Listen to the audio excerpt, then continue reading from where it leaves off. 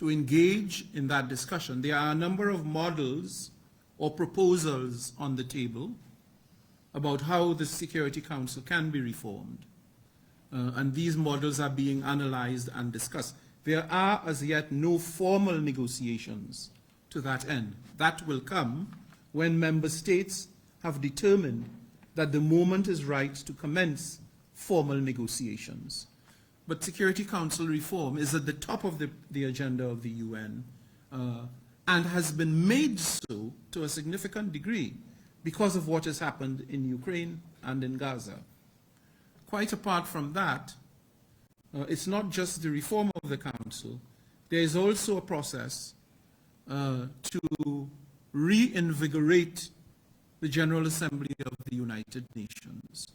And if you've been following the issue, you would know that in the wake of the paralysis of the Security Council, the General Assembly, which the Charter assigns a secondary role in matters of peace and security, has in fact taken up the gauntlet and been able to agree, I think now it's 4 resolutions on Gaza. Very decisive and clear resolutions on Gaza. So the UN is not the problem. We seek to address and correct the problems. The problems arise when member states of the United Nations, for whatever reason, and I have to say this correctly,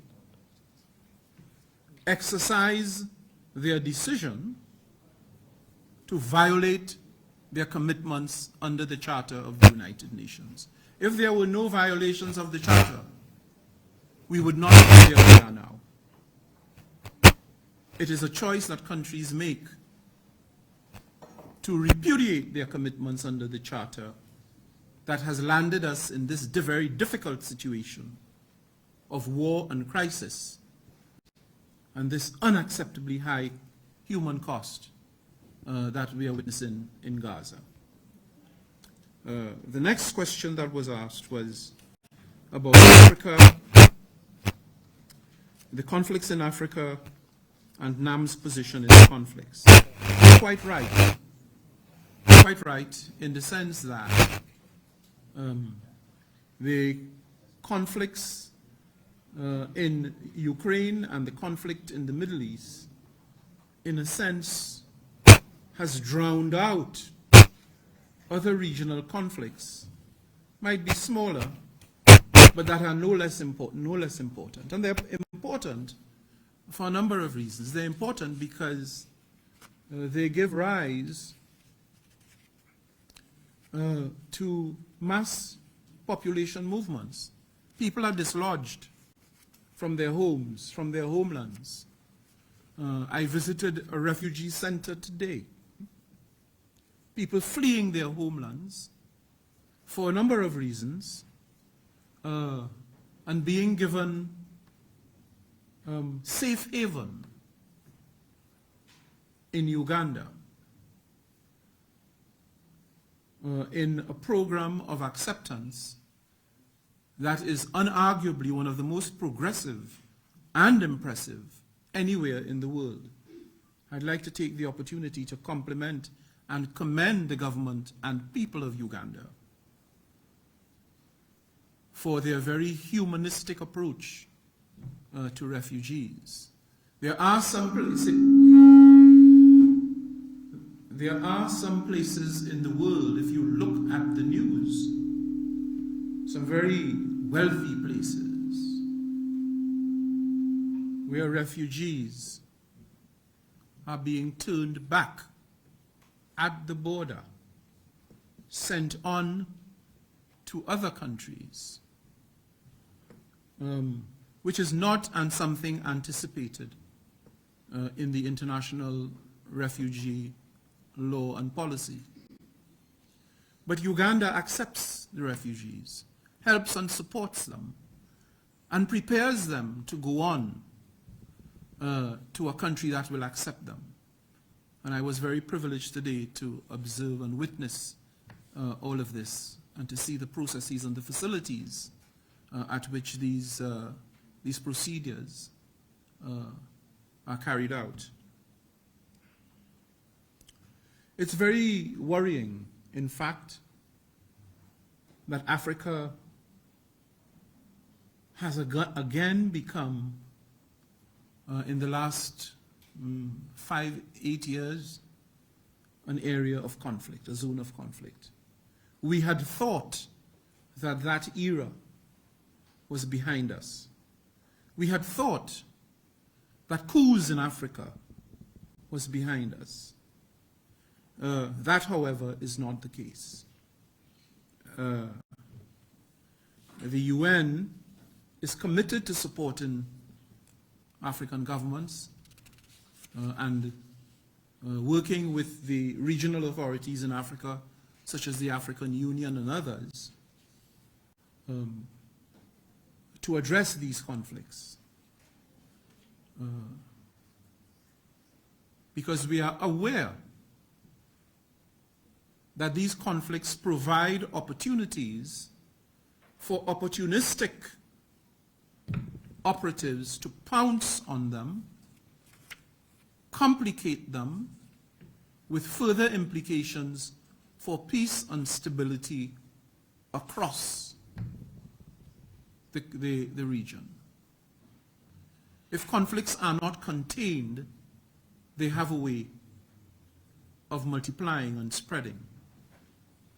And so our hope is that those countries in conflict in Africa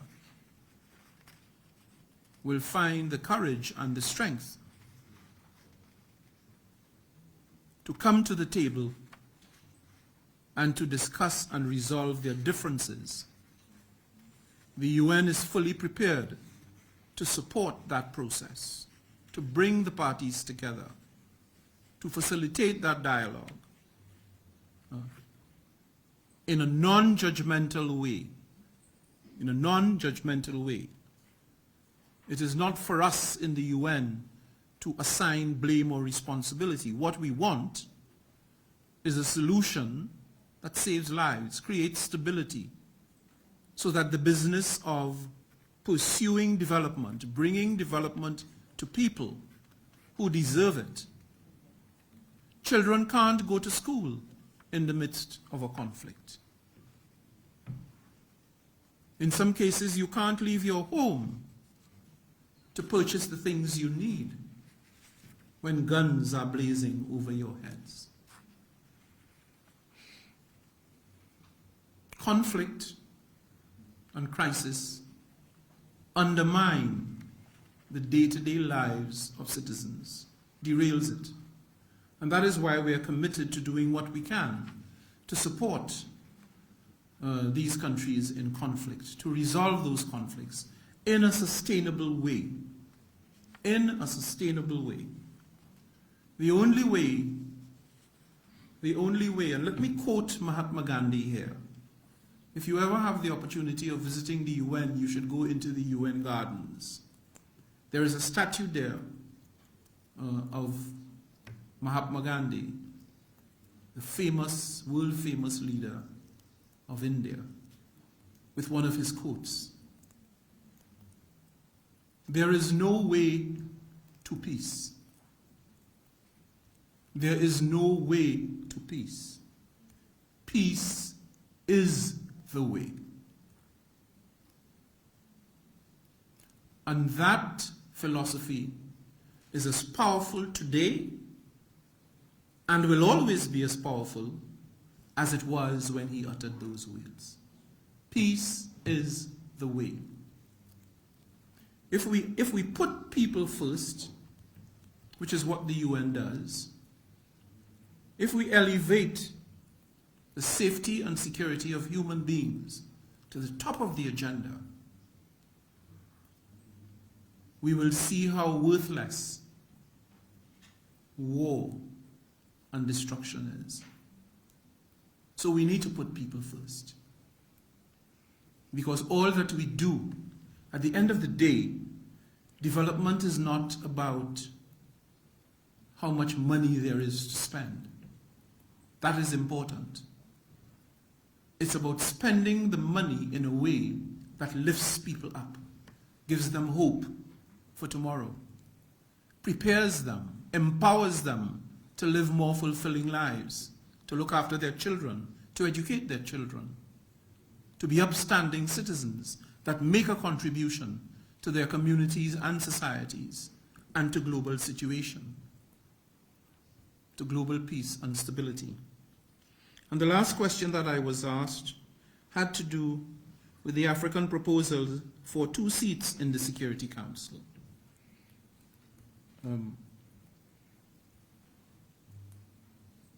I have my own opinion about that, but I'm barred as President of this General Assembly from uttering what my opinion might be, because I represent only the views of the General Assembly.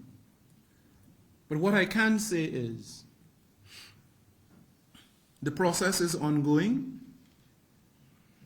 Everyone accepts that the Security Council as currently constituted is not fit for purpose. It has to be made fit for purpose. It has to be democratized. It has to reflect current realities of global power and global influence.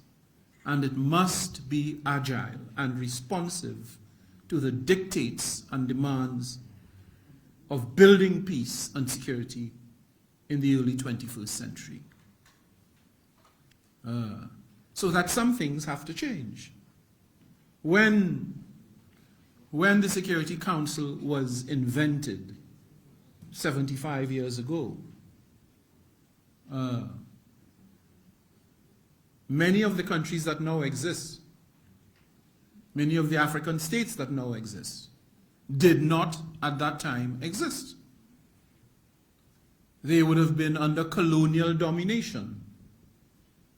Thankfully, that era has passed.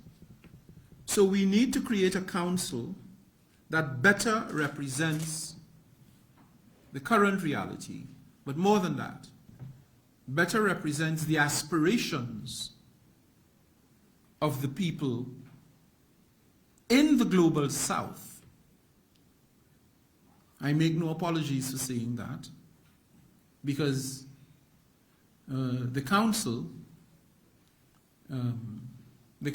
has a particular structure, something called the P5, the permanent 5, and of that 5, only one might describe as coming from the global south, and that's China. And China is a unique case because, of course, China is a large country, very powerful, very influential. But there are no other countries from the global south. That clearly is not satisfactory in the early 21st century. So, don't be frustrated because there is no decision as of now regarding what would be the formula by which the Security Council will be constituted. That is a question that will come out in the negotiation. I've heard the African states negotiate. They're very adept at it. They've done their homework. Their capacity to reflect their needs and their interests is not in doubt. So let us allow the process time to mature before we begin to get frustrated. The matter is still on the table, and so Africa still has a chance to have 2 seats assigned to it in the Council. More questions? Yes. We've come to the end of this press briefing. The President has got other commitments, and they are waiting for him. So we apologize for that. Can we have one more? Just one more, quickly. Let's have the lady. Don't give me a 4-part question. No, sir. Just a straightforward question. Okay. Good afternoon. The Kampala Declaration and pronunciation on the Israel-Palestinian war is expected to be delivered later today.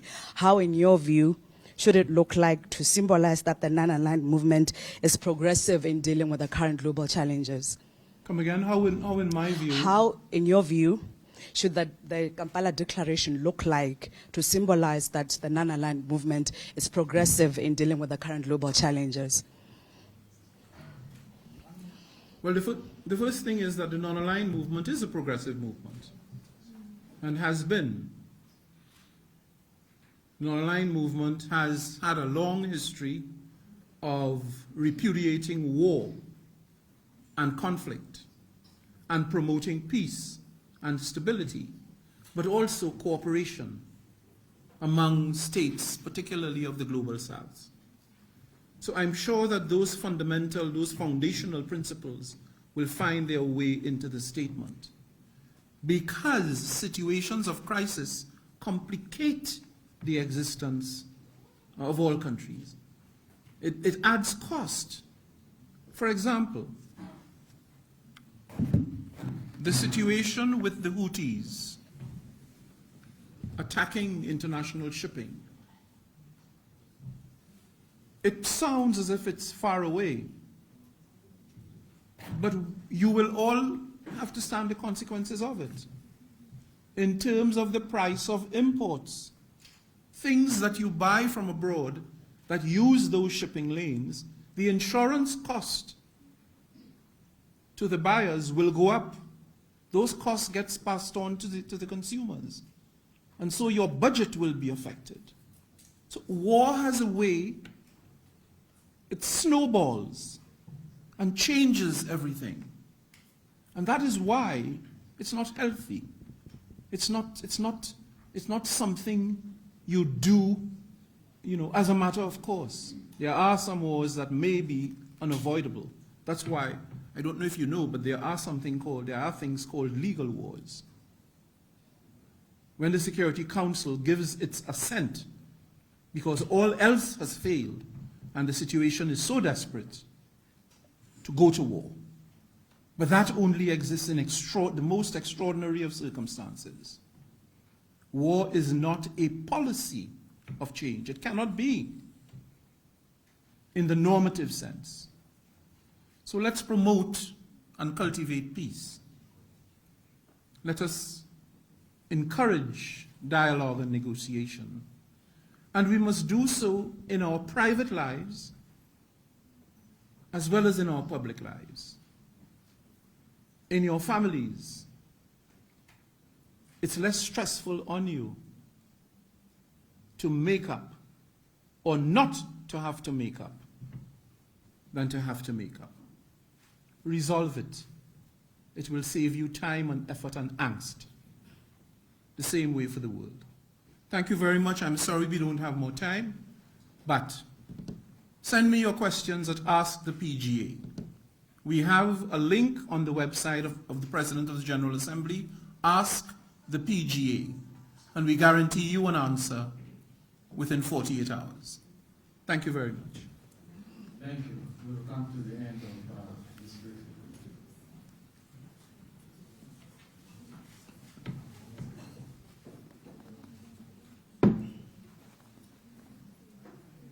Thank you very much. Thank you.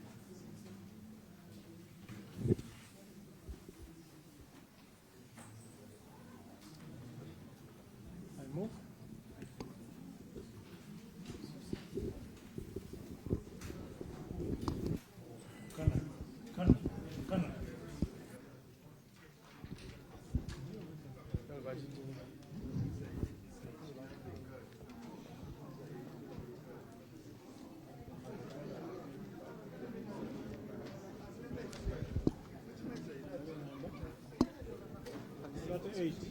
Thirty-eight. The next thing is the closing ceremony, His Excellency.